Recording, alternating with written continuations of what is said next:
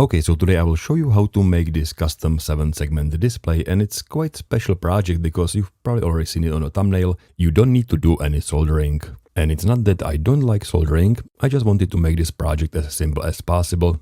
Which means that if you want to follow along, you don't need to do any soldering, you don't need to use any screws, any glue, you don't need to have any special equipment. I think you get the point, right? So let's maybe talk about what you do need. You need to get the NeoPixel LED strip, that's this thing on the reel. You need some way of controlling those LEDs, and I'm using the Arduino Uno because it's cheap, simple and easy to use. And then you need this 3D printed enclosure. And if you have a 3D printer, that's great, you can 3D print it by yourself.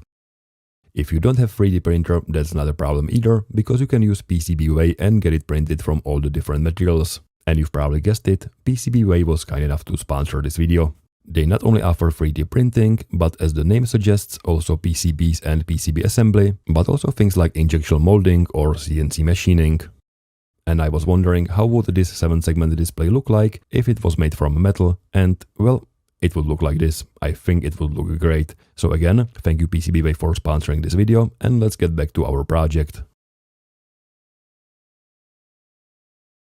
And let's start with the LED strip. Those are NeoPixels, the individual addressable LEDs, and they can display any color you want, and you only need one wire to set the color for as many NeoPixels as you want. That's the reason for having 3 wires, so the 5 volt and the ground is for power supply, and the data, well, the data is for data. That's how you control those LEDs.